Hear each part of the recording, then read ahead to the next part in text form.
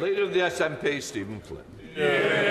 Thank you, Mr Speaker. Mr Speaker, we learned today that the price of milk, cheese and eggs are up 29%. The price of pasta is up 27%. The price of a loaf of bread, 18%. Does the Prime Minister agree that this is no longer just a cost of living crisis? This is a cost of greed crisis.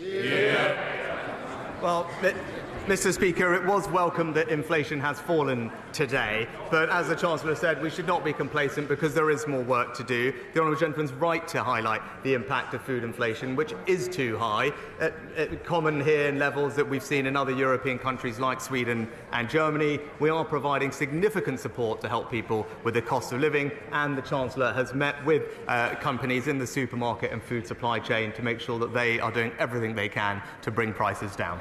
Stephen Flynn. Mr Speaker, let's get real, because the food inflation remains at a near 45-year high. Now, yesterday the Treasury indicated that the Chancellor stands ready to act, but his actions seem to be predicated on the outcome of a review by the Consumer and Market Authority. So can the Prime Minister perhaps enlighten us? When does he expect that review to conclude?